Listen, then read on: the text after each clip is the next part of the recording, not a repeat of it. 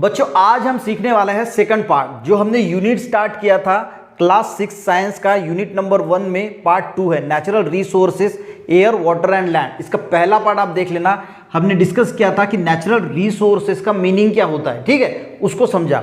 अब second part में जो पार्ट है जो पेज नंबर 2 पे दिया हुआ है उसको दिया है air.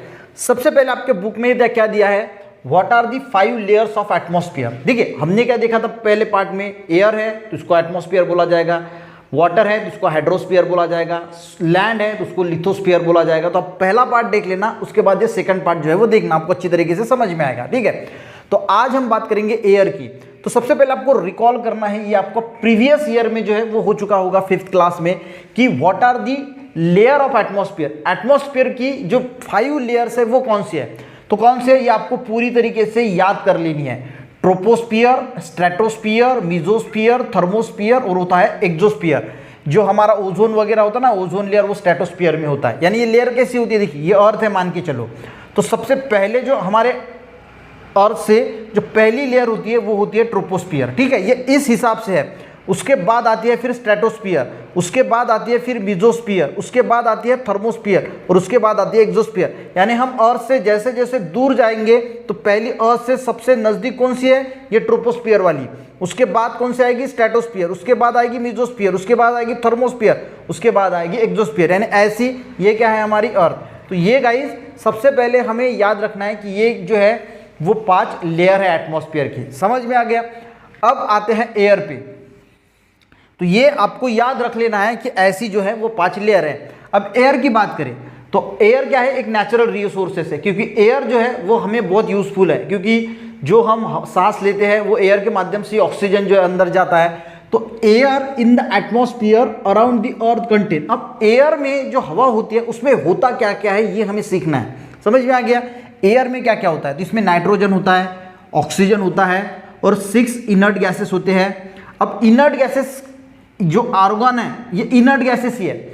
Inert gases 6 inert gases आपके बुक में नहीं दिए हैं, मैंने यहाँ पे लिखे हैं argon, helium, krypton, neon, xenon और रेडॉन, ठीक है, ये 6 इनर्ट गैसेस होते हैं। CO2 होता है, NO2 होता है, SO2 यानी nitrogen dioxide, carbon dioxide, sulphur dioxide, उसके साथ क्या होता है वाटर वेपर, और नीचे लिखा है डस्ट पार्टिकल, शायद आपको दिख नहीं रहा होगा।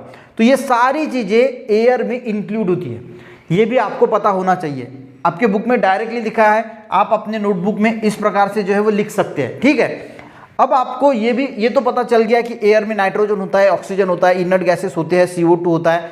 अब हमें ये भी पता होना चाहिए कि किसका कितना परसेंटेज होता है, यानी नाइट्रोजन है वो कितना परसेंटेज एयर में है। तो सबसे ज़्यादा होता है नाइट्रोजन एयर में, वो होता है 78%।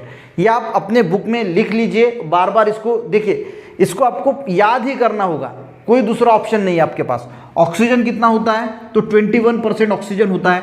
अब इनर्ट गैसेस में जो ये ऑर्गन है, ठीक है, ये सबसे ज़्यादा होता है, यानी ये होता है 0.9%, ठीक है। उसके बाद इनर्ट गैसेस का मीनिंग क्या होता है, इनर्ट गैसेस को हम नोबल गैसेस भी बोलते हैं, ये आपको पता होना चाहिए।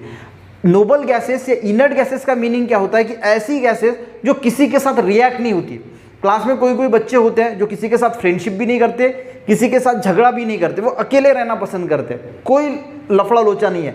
उसी तरह ये जो गैसेस होते हैं, ये इनर्ट गैसेस यानी क्या होता है, ये किसी के साथ रिएक्ट नहीं होते। जैसे अगर CO2 हो गया तो वो दूसरे के साथ रिएक्ट होगा, पर इनर्ट गैसेस किसी के साथ भी नॉन रिएक्टिव होते हैं, किसी के साथ रिएक्शन नहीं होती, किसी के साथ वो केमिकल रिएक्शन फॉर्म नहीं करते, उसको हम बोलते हैं इनर्ट गैसेस। तो ये कितने हैं, 6 आपको इनर्ट गैसेस जो है वो याद कर लेना है। और उसमें से जो ऑर्गन है उसका परसेंटेज है 0.09, बाकी के बहुत कम होते हैं, तो ये इसमें आ जाएंगे अदर कॉन्स्टिट्यूएंट ऑफ एयर में। CO2 जो होता है वो होता है 0.03%। तो ये 4 चीजें आपको याद करनी है, nitrogen 78%, oxygen 21%, organ inert gas है 0.9% और CO2 0.03%। अब बाकी जो है बचे NO2, SO2, water vapour, dust particle, बाकी के 5 इनर्ट गैसेस, ये सारे मिला के होते हैं 0.001%, यानी 0.07% ये बाकी के गैसेस होते हैं। समझ में आ गया। तो ये पूरा चार्ट आपको जो है वो याद कर लेना है कि नाइट्रोजन 4 ही है, देखिए नाइट्रोजन, ऑक्सीजन, ऑर्गन और CO2, और बाकी तो पता ही है हमें कि 0.07 बाकी के अदर होते हैं। तो ये आपको समझ में आ गया कि एयर एयर यानी क्या होता है, एयर में ये कौन कौन सी चीजें होती है, कौन कौन से गैसेस होते हैं और उनका परसेंटेज कितना होता है, ये आपको याद कर लेना है। ठीक है, अब उसी के साथ बोलेंगे कि हमने जो पहले देखा था कि एटमॉस्फेयर में ये 5 लेयर होती है, ट्रोपोस्फियर, स्ट्रेटोस्फियर, मेसोस्फियर, थर्मोस्फियर और ionosphere.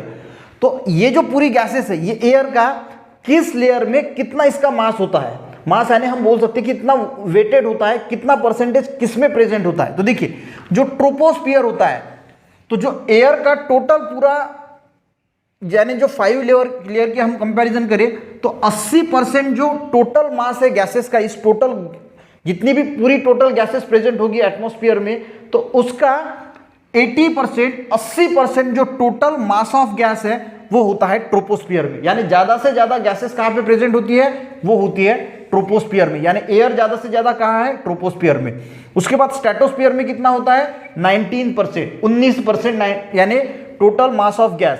Total mass of gas समझ में आ गया ना, कि उसका वजन अगर हम पूरा कैलकुलेट करें तो 80% ज्यादा से ज्यादा गैसेस इसी में प्रेजेंट होती है। उसके बाद स्ट्रेटोस्फियर में 19%, मेसोस्फियर एंड थर्मोस्फियर में 1% ही प्रेजेंट होती है। उसके बाद आता है एक्सोस्फियर। तो एक्सोस्फियर में guys gases are not found, यानी एक्सोस्फियर में कोई भी गैस नहीं होता, या फिर उसके हम ऊपर चले जाए तो ऊपर भी कोई गैसेस जो है वो प्रेजेंट नहीं होती। तो ये जो पूरी एयर है, एयर क्या है, इस गैसेस का मिश्रण है। और ये जो गैसेस का पूरा वेट है, ये सबसे ज्यादा कहाँ पे होता है, ट्रोपोस्फियर में, स्ट्रेटोस्फियर में 19%, ट्रोपोस्फियर में 80%, मेसोस्फियर थर्मोस्फियर में 1% और एक्सोस्फियर में जो है वो कोई भी गैसेस प्रेजेंट नहीं होती। इतना ही हमें आज के लेक्चर में आपको पूरा याद कर लेना है, पूरा सीख लेना है। तो आज के लेक्चर में एक रिवीजन कर लेते हैं, क्या क्या पढ़ा। सबसे पहले पढ़ा कि भाई कौन कौन सी लेयर होती है एटमॉस्फेयर की, ट्रोपोस्फियर, स्ट्रेटोस्फियर, मेसोस्फियर, थर्मोस्फियर और एक्सोस्फियर। ये यहाँ से स्टार्ट होती है, अर्थ है, ठीक है, ऐसी स्टार्ट होती है। उसके बाद हमने पढ़ा कि एयर क्या होता है, एयर जो है वो एटमॉस्फेयर अराउंड जितनी भी चीजें हैं, एयर यानी in the atmosphere around the earth, इसमें क्या क्या होता है, contains nitrogen, oxygen, 6 inert gases, CO2, NO2, SO2, water vapour and dust particle. इसके बाद हमने पढ़ा कि इनर्ट गैस किसको बोला जाता है, ऐसे गैसेस जो किसी के साथ रिएक्शन नहीं बनाते। वो कौन कौन से, argon, helium, krypton, neon, xenon और रेडॉन। अब कौन कौन सा कितना परसेंटेज में प्रेजेंट होता है, तो नाइट्रोजन जो होता है वो 78% प्रेजेंट है, ऑक्सीजन 21%। इसके बाद हमने देखा कि कौन सा गैस कितना परसेंट एटमॉस्फेयर में प्रेजेंट होता है। और उसके बाद देखा कि ये जो गैसेस का मिश्रण है, वो सबसे ज्यादा गैसेस का मास जो है वो ट्रोपोस्फियर में 80% होता है, स्ट्रेटोस्फियर में 19%, मेसोस्फियर थर्मोस्फियर में 1% और एक्सोस्फियर में कोई भी गैस प्रेजेंट नहीं होता। तो ये आपको पूरा जो है वो आपको लिख लेना है आपके नोटबुक में शॉर्टकट के लिए। जैसे आप इसको पढ़ोगे तो आपको पूरा बुक जो है, बुक में जो पैराग्राफ दिया है वो भी पढ़ लेना और ये भी साथ में पढ़ लेना, इसको भी याद कर लेना। ये शॉर्टकट ऐसे निकालते हैं पॉइंट्स, आप इसको देख लोगे तो आपको पूरा समझ में आ जाएगा। ठीक है, तो नेक्स्ट पार्ट में हम जो नेक्स्ट आपके टेक्स्ट बुक में दिया है उसको जो है वो समझने की कोशिश करेंगे। ये अगर आपको अच्छी तरीके से समझ में आ गया तो एक लाइक जरूर करना, अपने दोस्तों के साथ भी इस वीडियो को शेयर करना। मिलते हैं नेक्स्ट वीडियो में, तब तक के लिए जय हिंद।